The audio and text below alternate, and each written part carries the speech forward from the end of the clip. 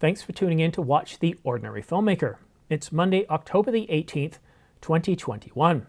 Feeling a case of deja vu? This is my second video today on the Sony A7 IV.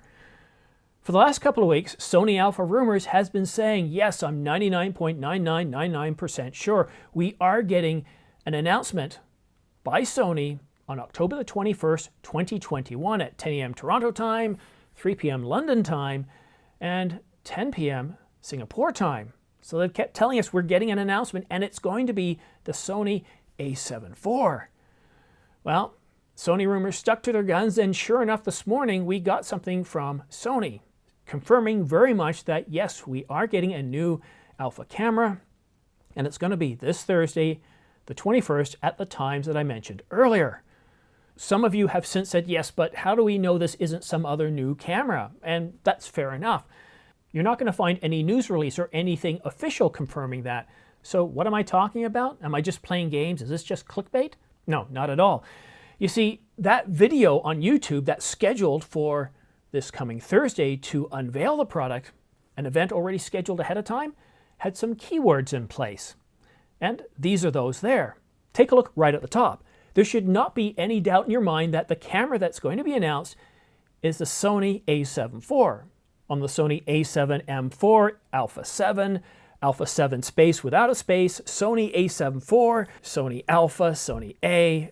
Sony went to a lot of trouble to make sure that this event is going to find anybody searching for the Sony A7 IV.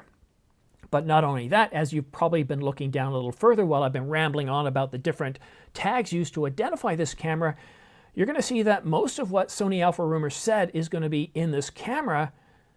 Well, it's there in the tags. And I'm going to keep those tags up there so you can see them for yourself. We can see a lot of the rumored specifications in here, plus a few others. So autofocus, it's going to have eye, animal eye, and bird eye autofocus. It's going to have 10-bit 422 HLG. Again, they don't specify whether this is internal or external.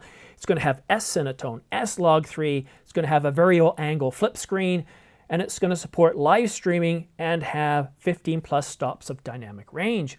Now, the one thing we didn't see in there, they talk about 4K, but they didn't say anything about 7K oversampled 4K, but Sony Alpha Rumors has come out with some more details on that. Again, we don't know the source, but they're telling us that it is going to still have 7K oversampled 4K and 4.8K oversampled 4K up to 60 with an S35 crop. It's looking like to be a very, very powerful camera. And of course, it's going to have 10-bit 422. We just don't know, is that 10-bit 422 going to be limited to external or internal? It doesn't mention that in any way whatsoever. It will have dual card slots. It will have a 3.69 million dot EVF, but as far as the LCD, well, we don't know. We're going to assume 1.4 million dots, but even Sony Alpha Rumors are saying, well, could it be more? Will there be an upgrade to this? And that's what I'm wondering. What do you think? Will there be an upgrade to that as well? It will have a full-size HDMI port. And pricing, the pricing seems to range a little bit. As I said this morning, it could be anywhere from around $2,400 or $2,300 all the way up to $2,799.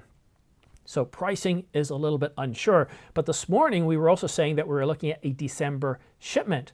Well, Sony Alpha Rumors now says that on the date of announcement, so if you really want this camera, you should be able to pre-order it and it will start shipping.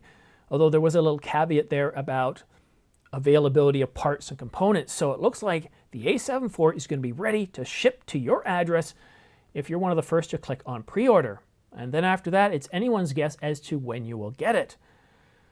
It's really, really exciting. I'm just taking a look to see if I've left anything out. So yes, they identified it as a pro camera, but also a movie camera. S-Log and S-Log3 and S-Cinetone will be included. 5.5 stops of IBIS. It is going to have the Sony A7 III body and heat sink, so that's important to note as well. And it's going to have the A7S III menu system. And yes, that's it. I've covered off everything there. You can breathe a sigh of relief. We are getting, after 3 years of waiting, the Sony A7 IV, the follow-up, the successor to the very popular Sony A7 III. And I'm really excited by this. I've done some number crunching. If this camera does cost around $2,500 US, I factored in some calculations and I thought, you know what, I'm going to go ahead and buy this. I really am interested in this camera because then it can be my studio camera and I can get used to using Sony on a regular basis. It'll be my studio camera and then use the R5 for run and gun. So I'm not constantly having to remove the camera, change the lens. I can keep the camera mounted to the tripod. I don't have to worry about lining everything up because whenever I take the R5 out and bring it back, I have to spend several minutes lining things up. Because you'll see it every now and then in a video where my head's a little bit to the top or I'm a little bit shifted to the side. It'd be nice to have two cameras. Now I might have to wait a month or two before I can afford a lens, but it'll be great to have both camera systems. I think right now, well, this is what I was thinking earlier in the year, that Canon and Sony are leading innovation, but now that I see the Z9, the Nikon Z9, wow, that looks to be an incredible camera. Nikon has just come out and just thrown everything into it. Look, and it's looking to be a really, really solid camera. So again, we've got a lot of specifications, many of which have been confirmed inadvertently by Sony by putting it in their tags. And I doubt that Sony would put this information in the tags and pull it out and just use it as a teaser and then find out we've got different capabilities. I really don't see that. These capabilities that are in the tags, that's what we're going to see. And it's just 3 days away. But there's one other thing I do want to talk to you about, and that's your feedback and a lot of the comments I got. Now, some of the comments said I made a few mistakes in this morning's video. And yeah, sometimes that happens when I'm trying to rush to get news out the door. It was really early in the morning. I knew this was big news. I wanted to get this out to you before my workday started. And yes, I left a few errors in and I apologize, but you know, I'm doing my best to give you the news as you need it. And a lot of you are waiting for the A7 IV. You want to be able to pre-order that as soon as it's available. You don't want to be waiting a year, 9 months, 6 months, or even 3 months. So for those of you that are dedicated, that are regular subscribers, you're going to get these notifications very, very quickly. And so anything I put out in the next couple of days, if you want to stay on top of the news, go ahead and subscribe and like. And it also helps my channel grow. I don't understand exactly how YouTube's algorithm works, but the more you engage by subscribing and liking or providing a comment, it really helps this channel grow, and I appreciate that so much. But there is one other thing I want to talk to you about, and I'm going to do a separate video on the Apple event. But I just want to do a quick recap that at the Apple event a couple of hours ago, and please watch this. Right after this video, watch it, because if you do video editing, I think you're going to be massively impressed with what they were able to do. So they've released two chips, the M1 Pro and the M1 Max. And it's just staggering in how powerful they are. Now you're able to go up to 64 gigabytes of unified RAM, and you're able to go up to 32 cores GPU, 16 CPU. And this is orders of magnitude greater than the regular M1 chip. In fact, throughout Apple's presentation, they were constantly using numbers like 2 times, 4 times, 8 times, 10 times, 12 times previous performance.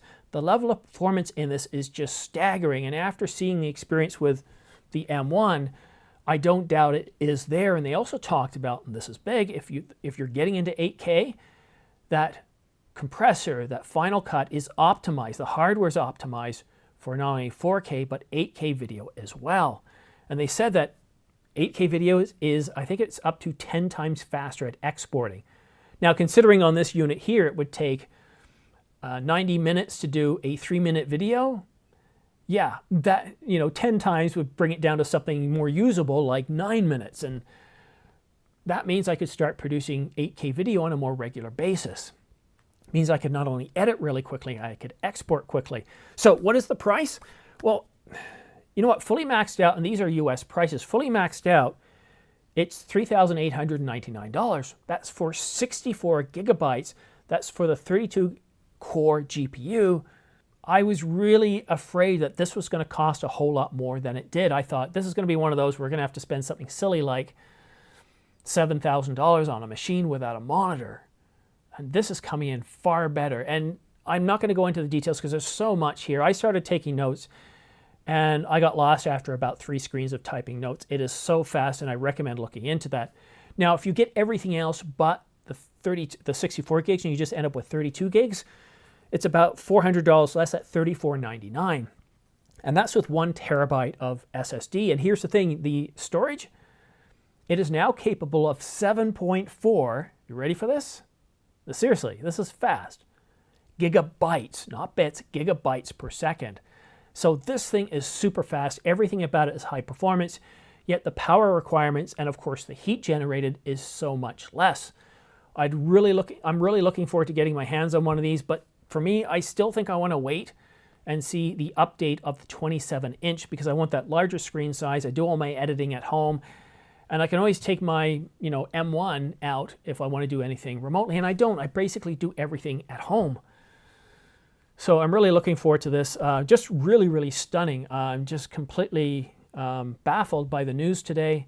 So to recap, the Sony A7 IV is coming out, being announced this Thursday, October the 21st at 10 a.m. Toronto time, and you'll be able to pre-order it as well. Now, as we get more information from Sony Alpha Rumors, because they seem to be taking the lead on this one, and it looks like, thanks to that mistake by Sony accidentally confirming much of the capabilities, it looks like at this point, Sony Alpha Rumors is on par to be, or in progress. Sorry, I can't speak anymore.